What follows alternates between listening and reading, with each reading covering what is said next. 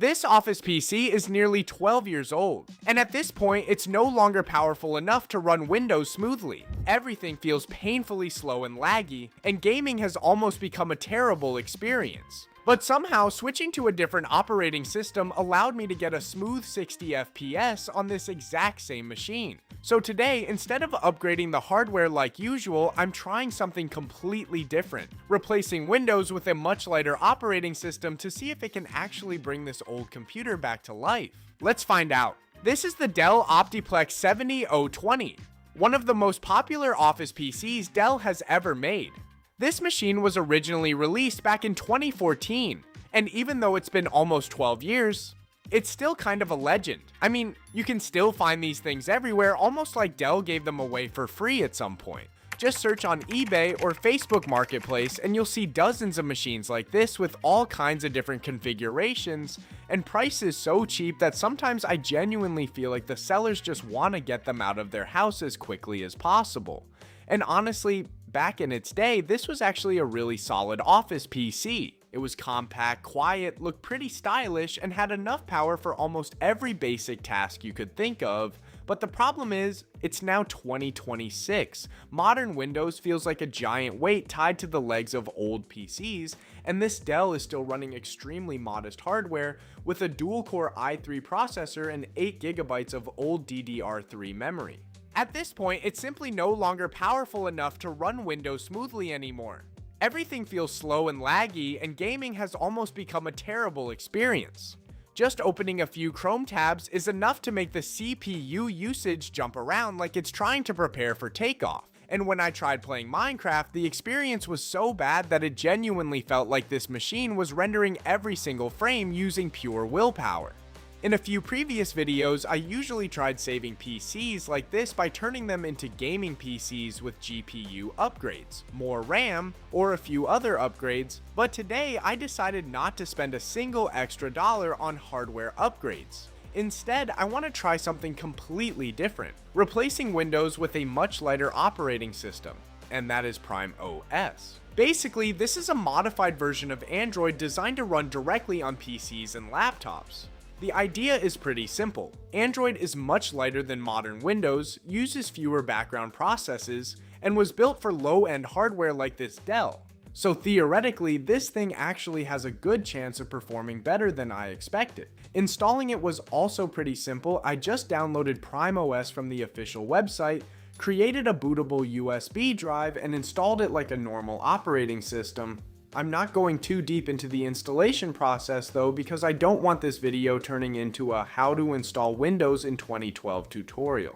So let's boot into Prime OS. After booting into Prime OS for the first time, oh, that wallpaper actually looks pretty cool. It has this abstract black and white style with a woman in the middle, almost like the album cover of some random indie artist. At first, there weren't many apps installed here, mostly just settings in the Google Play Store. But then I noticed something pretty interesting. The entire system was in Russian. I genuinely have no idea what happened here.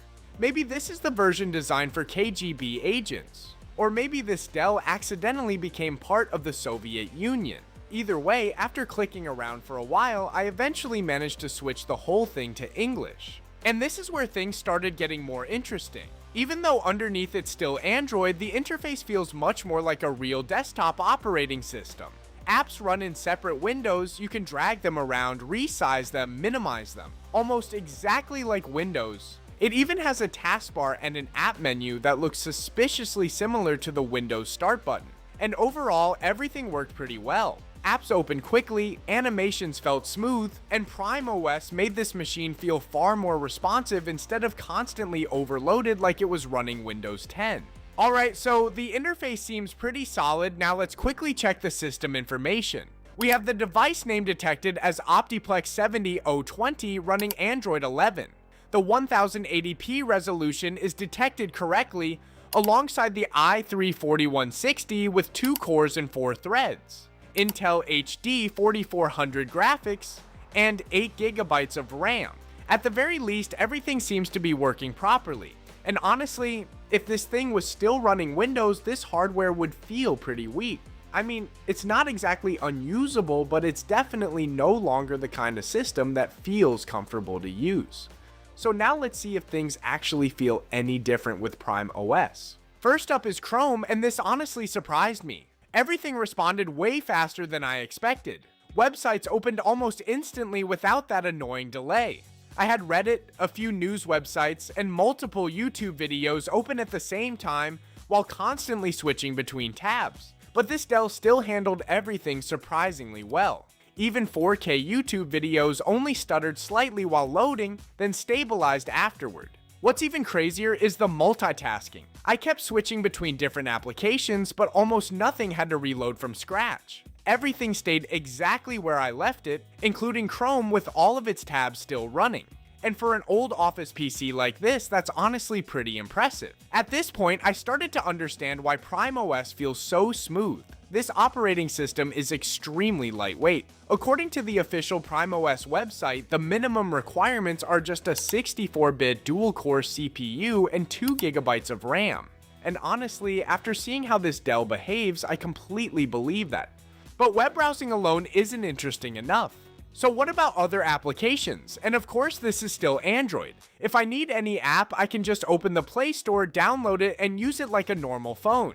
Android 11 still supports plenty of applications, so at least from a software perspective, this machine hasn't been left behind yet. So I downloaded a few applications and games to test on this machine. Basic apps like Google Docs and Sheets worked pretty well without any major issues. And I could absolutely use this system for simple office work, but I may have celebrated a little too early. When I tried opening Lightroom and Netflix, they simply refused to work. I can't fully explain what's happening here, but Prime OS probably still has a few compatibility issues related to x86 systems. But honestly, nothing is perfect. And to be fair, I didn't install Prime OS on this Dell just to sit here editing photos in Lightroom. So let's play some games instead. First up is Dead Cells. Thankfully, everything worked properly this time, and to make the experience a bit better, I decided to use a controller here. Since this machine doesn't have built-in Bluetooth, I had to connect it using a USB cable. We could absolutely add a Bluetooth USB adapter to this thing, but today I decided not to spend a single extra dollar on hardware upgrades.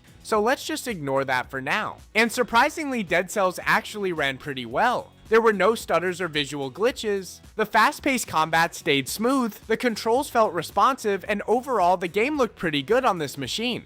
After that, I tried a few lighter games like Block Puzzle and BB Racing, and both of them worked completely fine. Everything felt smooth, responsive, and overall there wasn't really anything to complain about. But then I decided to try something a little more interesting, Angry Birds 2. And what the it didn't work. I tried launching it several times, but it just kept disappearing from the screen. Apparently, some applications have realized this isn't a normal Android phone. It's a 12-year-old Office PC pretending to be a tablet. But none of that was the main reason why I installed Prime OS on this Dell. What I really wanted to know was whether Android could actually help this old PC run games better than Windows. And there's no better way to test that than Minecraft Java Edition. First, as a baseline comparison, I went back to Windows 10 on this machine with the same i3 4160 and 8GB of RAM, and the experience was honestly pretty painful. The FPS stayed around just 10 to 13 FPS, everything felt laggy, and the camera had noticeable delay. Even worse, I would sometimes get random Java not responding errors while playing. And honestly, nothing ruins the experience faster than the game freezing while Windows suddenly throws a message on screen like this PC has just decided to give up on life. So now let's go back to Prime OS. And to make this comparison fairer, instead of using Minecraft Bedrock on Android, I decided to use an emulation launcher to run actual Minecraft Java on Android itself. And this is where things started getting weird because the moment I entered the game, my FPS immediately jumped to nearly 60, even peaking at 75 FPS. On the exact same PC, the same old dual-core i3, the same Intel HD 4400. The only difference was the operating system. I genuinely had to double check multiple times to make sure I wasn't seeing things. The entire experience also felt significantly smoother. Moving around and looking around no longer had that constant stuttery feeling like it did on Windows. And clearly this is the most interesting part of this entire video. Not because Prime OS is more powerful than Windows, but because modern Windows has simply become too heavy for old PCs like this, while Android was designed to be more resource efficient and work better on weaker hardware. Of course, Prime OS isn't perfect, it still has a few weird compatibility issues, some applications don't work properly, and sometimes the entire system still feels a little strange. But honestly, the fact that an Android operating system could make such an old and weak machine feel this much smoother is still incredibly fascinating.